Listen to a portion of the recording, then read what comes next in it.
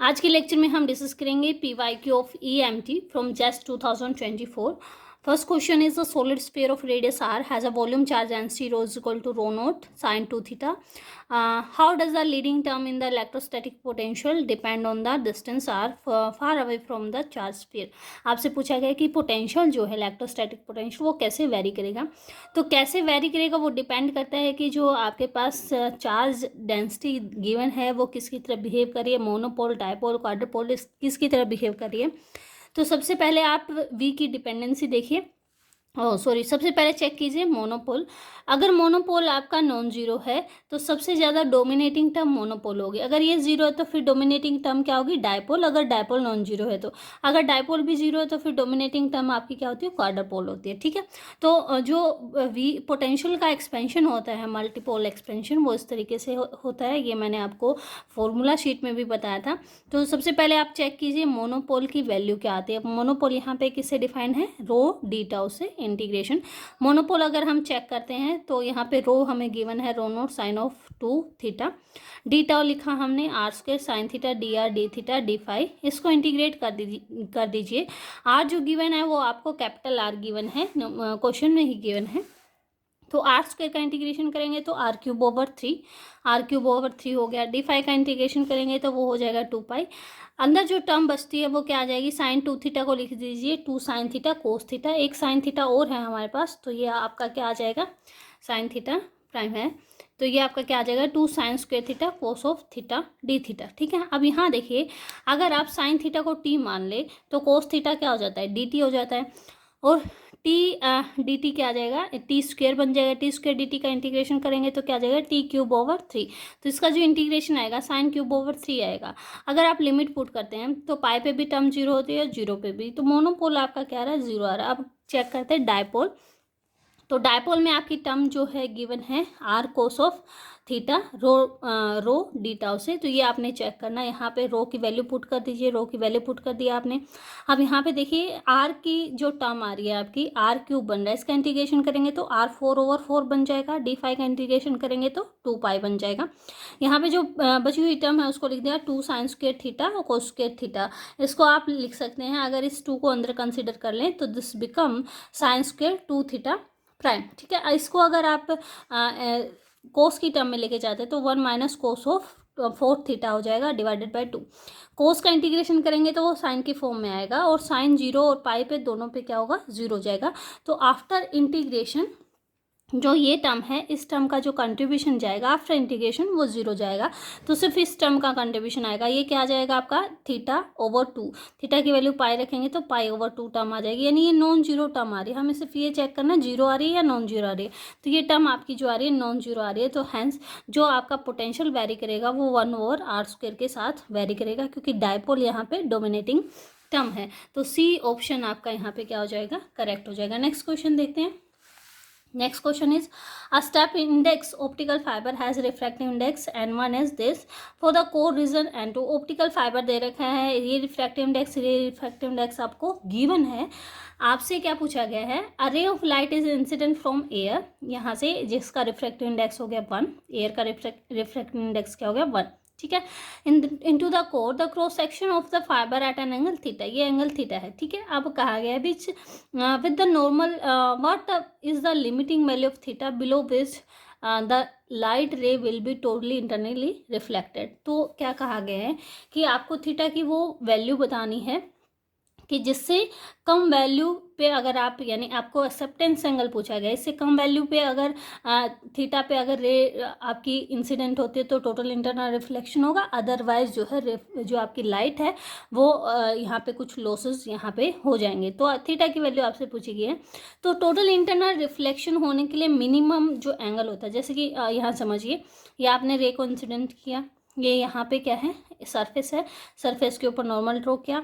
Air के comparison में ये वाला मीडियम क्या है, डेंसर है. तो टू आर दी नॉर्मल वो बैंड होगी. मान लो उसका एंगल जो यहाँ पे बना है ट्रांसमिशन एंगल θ1 बना है. ठीक है. अब ये दो सरफेस को एज्यूम कीजिए. ये वाला सरफेस है, यहाँ रिफ्रैक्टिव इंडेक्स θ2 है, यहाँ रिफ्रैक्टिव इंडेक्स θ1 है.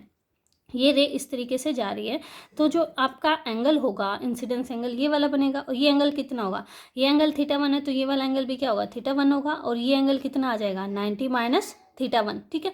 तो इंसिडेंस एंगल क्या है 90 माइनस θ1। और कंडीशन क्या होती है टोटल इंटरनल रिफ्लेक्शन के लिए कि एटलीस्ट ये एंगल इतना होना चाहिए कि आफ्टर ट्रांसमिशन ये एंगल क्या आ जाए 90 डिग्री, ठीक है। क्योंकि अगर उसके बाद आपने बढ़ा दिया तो वो वापस उसी मीडियम में वापस आ जाता है, ठीक है। तो यहाँ आपका जो एंगल है वो आपका 90 डिग्री हो गया और यहाँ पे 90 माइनस θ1 हो गया। तो दोनों यहाँ पे इस सरफेस पे, इस इंटरफेस पे अगर हम कंडीशन लगाएं that refractive index of this angle sine of angle, refractive index of this sine of angle, ठीक है, ये इक्वल होगा n1 साइन θ1। अगर इस इंटरफेस पे लगाएं तो थीटा यानी इंसिडेंस एंगल क्या है 90 माइनस θ1, रिफ्रैक्टिव इंडेक्स है n1, तो n1 sine 90 minus θ1 is equal to n2 sine 90, sine 91 होता है। तो यहाँ से कोस θ1 की वैल्यू आ गई। इस कोस θ1 की वैल्यू से आप साइन की वैल्यू निकाल सकते हैं 1 माइनस कोस स्क्वायर थीटा करके। साइन की वैल्यू को यहाँ 1 में पुट कर दीजिए साइन θ1 की जगह, तो n0 साइन थीटा 10, ये अंडर रूट से बाहर आ जाएगा तो n1 हो जाएगा, n1 से n1 कैंसिल हो जाएगा, ठीक है। अब एन नोट क्या गिवन है 1 गिवन है, क्योंकि एन नोट जो ये वाला मीडियम है वो क्या है आपका, ये मीडियम क्या दे रखा है, एयर दे रखा है, ठीक है। इसको 1 पुट करेंगे तो थीटा इज इक्वल टू क्या आ जाएगा साइन इनवर्स ऑफ दिस, ये वैल्यू यहाँ पे पुट कर दीजिए, सोल्व कर दीजिए। तो अप्रोक्सीमेट जो थीटा वैल्यू आती है वो 6.229 डिग्री आते हैं। ऑप्शन डी आपका यहाँ पे करेक्ट हो जाएगा। नेक्स्ट क्वेश्चन देखिए। नेक्स्ट क्वेश्चन क्या है, what is the power of a light source emitting photon of wavelength 600 nanometre. Wavelength आपको गिवन है at the rate of 1 photon per second, यानी 1 सेकंड में एक ही फोटोन आपका निकल रहा है। तो प्लैंक्स कांस्टेंट दे रखा है, स्पीड ऑफ लाइट दे रखी है। पावर क्या होती है, energy, total energy over time, यानी टोटल एनर्जी NH हो गया अगर n फोटोन है, लेकिन हर एक सेकंड के साथ क्या निकल रहा है, एक ही फोटोन निकल रहा है। तो n1 हो गया, t क्या हो गया 1 सेकंड हो गया, पावर क्या आ गया h ओवर 1 सेकंड, यानी h न्यू को c बाई लैम्डा से रिप्लेस कर दिया, वैल्यू पुट कर दी। तो ऑप्शन क्या आ जाएगा आपका, पावर इज 3.3 10⁻⁻19 जूल पर सेकंड कहिए, वोट कहिए, एक ही बात है। तो ऑप्शन बी आपका यहाँ पे करेक्ट हो जाएगा। नेक्स्ट क्वेश्चन देखिए। इसमें क्या कह रखा है कि 3 इक्वल चार्जेस हैं इक्विलेटरल ट्रायंगल पे रखे हुए हैं, ठीक है, plus Q plus Q plus Q, ठीक है। अब यहाँ पे उन्होंने कहा है कि इसके सेंटर में एक और चार्ज रख दिया जाए अगर सेंटर में, तो आपको बताना है कि जो सिस्टम है वो इक्विलिब्रियम में कब होगा, ठीक है। वो चार्ज के साइन पे डिपेंड करेगा, या फिर स्टेबल इक्विलिब्रियम हमेशा ही रहेगा या नहीं रहेगा, या अनस्टेबल इक्विलिब्रियम हो, वो सारी सिचुएशन आपने बतानी है। तो देखिए, सबसे पहले अगर हम मान के चले यहाँ पे कोई टेस्ट चार्ज जो है पॉजिटिव टेस्ट चार्ज रखा गया है, तो इक्विलिब्रियम का मतलब है हर एक चार्ज के ऊपर जो फोर्स लग रहा है वो 0 लगना चाहिए। अगर हम इस चार्ज को स्टडी करें, इस चार्ज के ऊपर फोर्स देखिए, इस क्यू की वजह से क्या लगेगा, इस डायरेक्शन में फोर्स लगेगा, इसकी वजह से इस डायरेक्शन में फोर्स लगेगा, इसकी वजह से फोर्स कहाँ लगेगा, इस डायरेक्शन में लगेगा, ठीक है। इन दोनों का रिजल्टेंट भी क्या आएगा, कुछ पोर्शन इधर, इसका इधर, ये तो कैंसिल हो जाएगा, लेकिन इधर ही आपका क्या बचेगा, नेट फोर्स। यहाँ पे जो फोर्स आ रहा है नेट फोर्स इस सिचुएशन में वो आपका नॉन जीरो आ रहा है। तो यानी टेस्ट चार्ज इक्विलिब्रियम में होने के लिए यहाँ पे पॉजिटिव नहीं हो सकता। अगर आप नेगेटिव की बात करें तो नेगेटिव के केस में कैसे सिचुएशन होगी, ये आपका प्लस क्यू है, ये भी प्लस क्यू है, ये भी प्लस क्यू है, यहाँ पे आपने नेगेटिव टेस्ट चार्ज रखा है माइनस क्यू।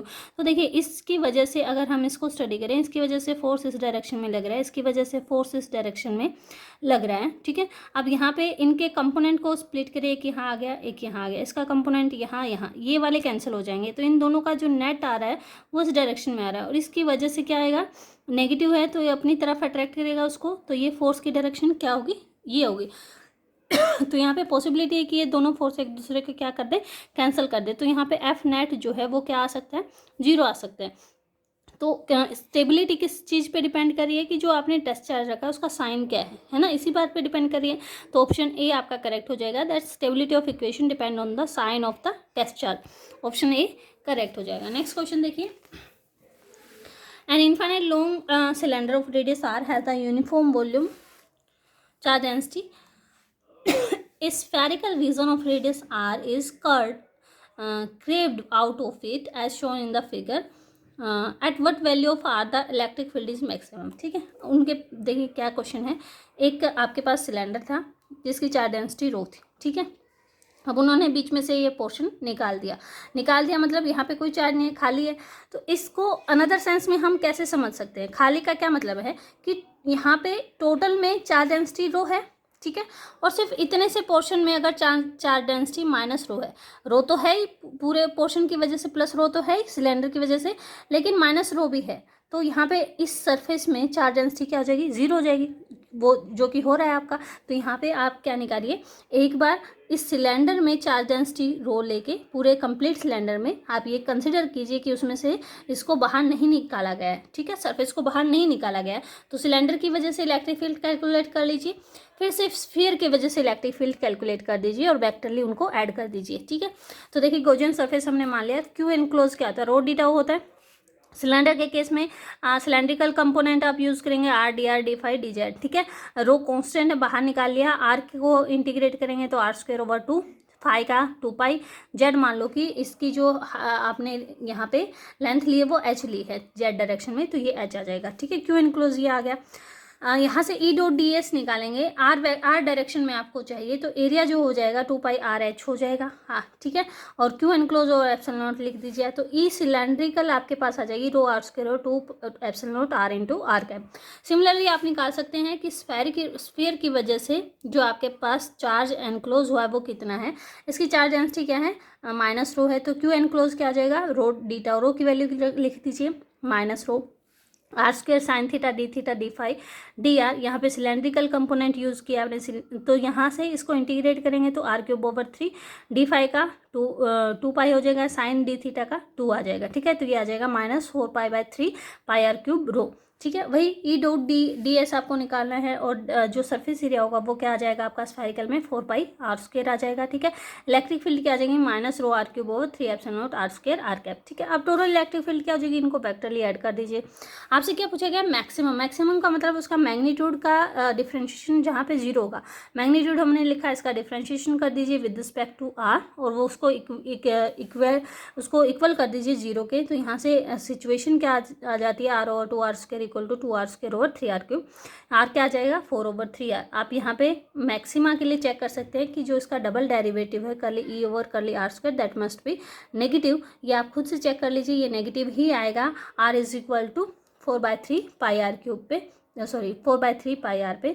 तो जो आपका इलेक्ट्रिक फील्ड मैक्सिमम होगी वो कहाँ होगी, R is equal to 4/3 pi are पे, ठीक है। नेक्स्ट क्वेश्चन देखिए, नेक्स्ट क्वेश्चन में क्या कह रखा है, a semi infinite thin wire extending from -infinity to z equal to 0 तक एक्सटेंडेड है, ठीक है। Along Z axis carries a constant current, इसमें कांस्टेंट करंट आई फ्लो कर रहा है in the positive Z direction, ठीक है। The wire is charge neutral accept eight Z, यानी बाकी तो चार्ज न्यूट्रल है लेकिन यहाँ पे चार्ज एक्यूमुलेट हो रहा है, ठीक है, जो कि करंट उसमें से फ्लो हो रहा है उसकी वजह से।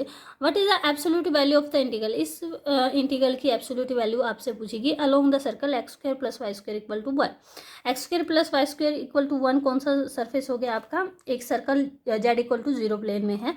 तो B is the magnetic field हो गया, म्यू नॉट परमेबिलिटी हो गया, फ्री स्पेस की assume accumulation charge at Z equal to 0 is a point charge, ठीक है। अब आपने पढ़ा था कि किसी भी वायर की वजह से मैग्नेटिक फील्ड क्या होता है, म्यू नॉट आई और 4 pi r sine theta 2 minus sine theta 1। जो फॉर्मूला मैंने करवाए थे उसमें मैंने इन्फानाइट वायर का करवाया था, वहाँ पे एंगल 90 डिग्री और -90 डिग्री हो जाते हैं इन case of infinite wire. But in case of semi infinite wire में क्या होगा, एक एंगल थीटा, एक एंगल क्या हो जाएगा आपका 0 डिग्री हो जाएगा। तो पी की वैल्यू क्या आ जाएगी in case of semi infinite wire, B is mu naught I और 4 पाई आर, ठीक है। और डायरेक्शन क्या होगी बताया था आपने, थंब करंट की डायरेक्शन में करना है, और आपका जो वायर है उसको ऐसे पकड़ना है राइट हैंड से, तो जो उंगलियां हैं जिस डायरेक्शन में कर्ल हो रही है वो आपकी क्या होगी, मैग्नेटिक फील्ड की डायरेक्शन होगी। तो यहाँ पे 5 कैप आ रहा है, तो 5 कैप आपकी मैग्नेटिक फील्ड बन गई। अब बी डॉट डी एल यहाँ कैलकुलेट कर दीजिए, 0 to 2 pi mu naught I और 4 pi R 5 dot R D phi, R से आर कैंसिल हो जाएगा, इसका इंटीग्रेशन करेंगे इंटू 2 पाई, तो ये टर्म आपकी आ जाएगी म्यू नॉट आई ओवर 2, ठीक है। लेकिन आपसे पूछा गया है 4 over mu naught I into B dot D L, तो यहाँ 4 ओवर म्यू नॉट आई से मल्टीप्लाई करेंगे, ये कैंसिल हो गया, ये 2 आ गया। तो इंटीग्रल की वैल्यू क्या आनी चाहिए थी, यहाँ पे 2 आनी चाहिए थी। नेक्स्ट क्वेश्चन देखिए, नेक्स्ट क्वेश्चन क्या है, a magnetic vector potential is given by this, find the corresponding outgoing magnetic flux through the 5 faces. यानी कि ये जो शेडेड रीजन है इसको आपने एक्सक्लूड कर देना है, बाकी जो 5 फेस बच गए हैं क्यूब के उनसे आपको मैग्नेटिक फ्लक्स बताना है, यूनिट क्यूब है, ठीक है। 1 corner at the origin and shown figure, ठीक है, आपको बताना है। अब देखिए मैग्नेटिक फ्लक्स जो किसी भी क्लोज सरफेस से जो होता है वो 0 होता है। अब क्लोज सरफेस को आप दो हिस्सों में तोड़ दीजिए, एक तो ये सरफेस यानी फर्स्ट वाला सरफेस और दूसरा रेस्ट सरफेस यानी पांचों के पांचों सरफेस। आपसे ये वाला पूछा गया तो ये इक्वल टू क्या आ जाएगा, माइनस ऑफ दिस, क्योंकि equal to total equal to क्या है, 0 है, minus of B dot D A, minus of B dot D A first surface, तो बी को आप कर्ल ऑफ ए लिख सकते हैं dot D A, curl of A कर लीजिए, ए की वैल्यू से कर्ल ऑफ ए निकालेंगे तो आई कैप डायरेक्शन में आ रहा है, और एरिया वेक्टर जो आता है इस सरफेस का एरिया वेक्टर क्या होगा आपका, डाउनवर्ड डायरेक्शन में होगा। डाउनवर्ड डायरेक्शन क्या होगी, माइनस जेड कैप, तो जेड कैप के साथ माइनस के कैप के साथ इसका डॉट प्रोडक्ट क्या चला जाएगा, 0, जिसकी वजह से जो फ्लक्स होगा 5 सरफेस से वो क्या आ जाएगा, 0 के इक्वल आ जाएगा। Thank you.